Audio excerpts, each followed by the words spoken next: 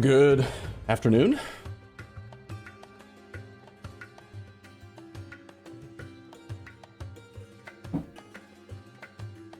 How's it going? I stayed up pretty late last night. Sorry I'm starting so late. It's like 3 in the afternoon already. Whoopsie. So let's just get right into it then. Yeah. Trying to focus up on actually getting the missions done so we can get more permanent claims on India. And I'll admit I'm a little, let's say, inspired or motivated by watching part of Flori's stream yesterday to maybe just get on with it and play a little faster, you know? It's like, you know, we could sit and strategize and think about numbers and shit, but reality is we already have everything we need. We just gotta do the thing, right? So, somewhere between the two. Speed 5, I don't know about Speed 5, but at least a little bit less like thinking and planning and stuff and more just murdering. More murder. More people like murder, right? Murder's good. We'll win regardless of speed. Yeah, probably. Definitely would be nice to have a little bit more military power so that our troops are strong enough that they stop wanting to mess with me. One of the things, couple things, I mean, it's still fresh in my mind from watching it yesterday. I found a few of the, again, I only got like 4 hours into his session, but I found it interesting how he went humanist into defensive ideas, and the rationale for defensive was actually about suffering less attrition. Where's the finisher? Wait, does defensive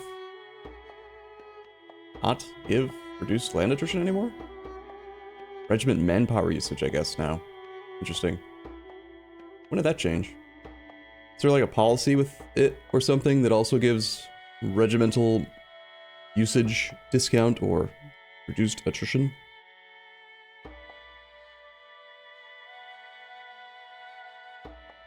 Land attrition minus 25 with humanist. Yep, there it is.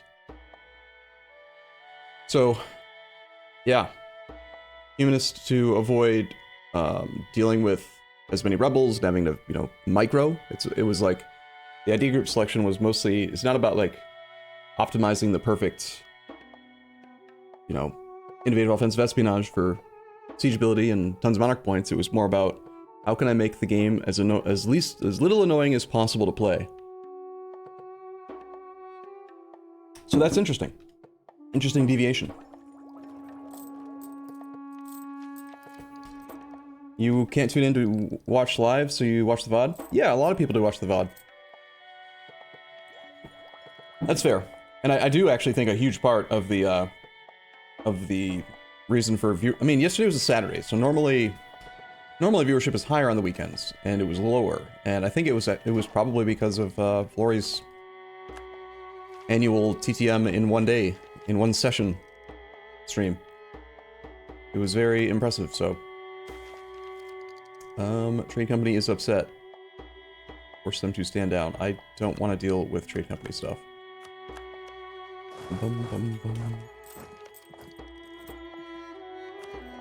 Make sure we have inland routes on everywhere here. So we can get this crap done a little faster. The one that's in Nippon, we can move back here again.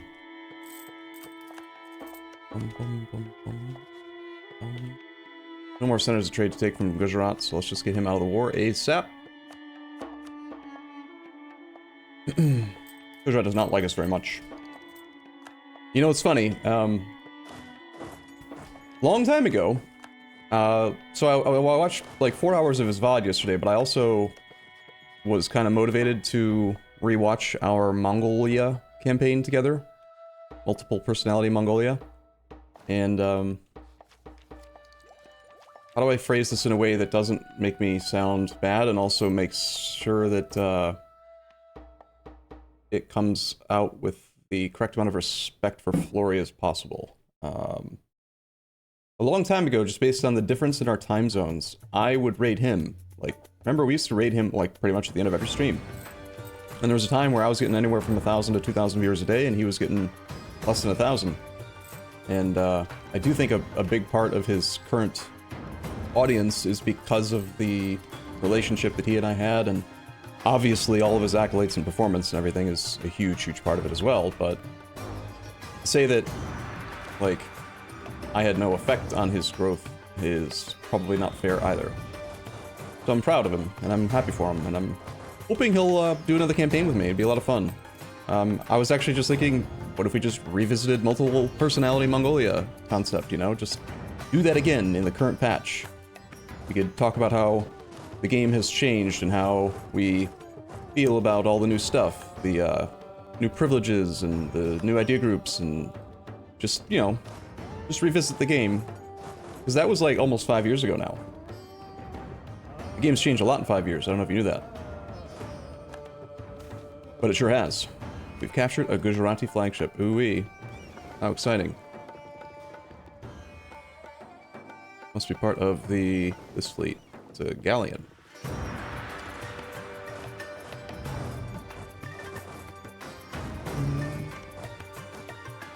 He doesn't want to say yes. Why you don't say yes? Have you considered just saying yes? That shit, Brandenburg. I was thinking, and I don't know if you guys would like this idea or not, I was thinking we play the most powerful country in the world. Obviously not the Three Mountains, because he just did that. I was thinking maybe Ulm. Something in the HRE. Because he and I played in Asia last time. Why won't you say yes? Just say yes. Stop saying no. Bum, bum, bum, bum. I guess until we get that last fort, he's not going to say yes. We have no manpower. Bum, bum, bum. Yesterday we conquered some of Japan because of a monument. We're able to make trade company stuff up here. We're going to follow the logic that if there is a center of trade, it gets made into a trade company, but not until the land is converted.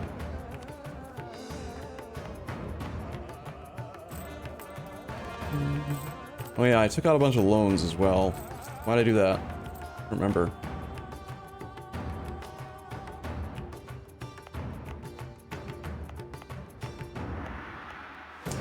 I'm gonna try my best to not accidentally core this land while we get our missionary strength advantage.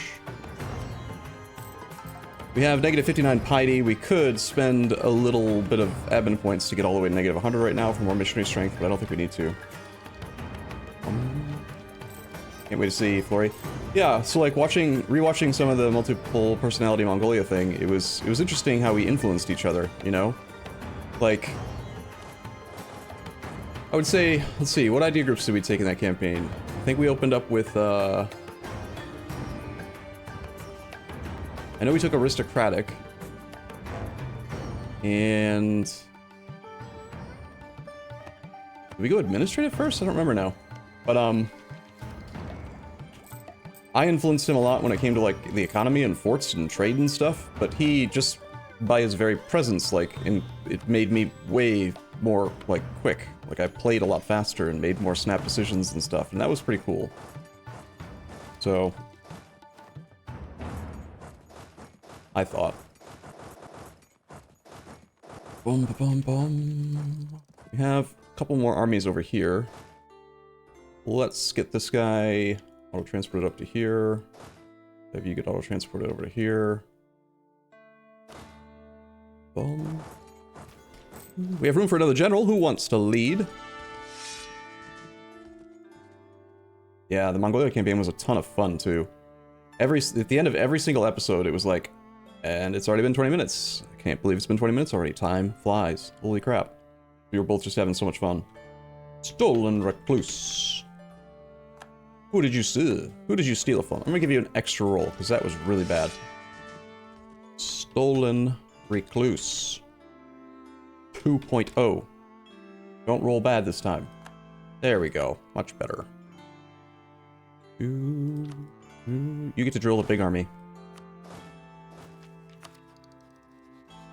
Bum, bum, bum.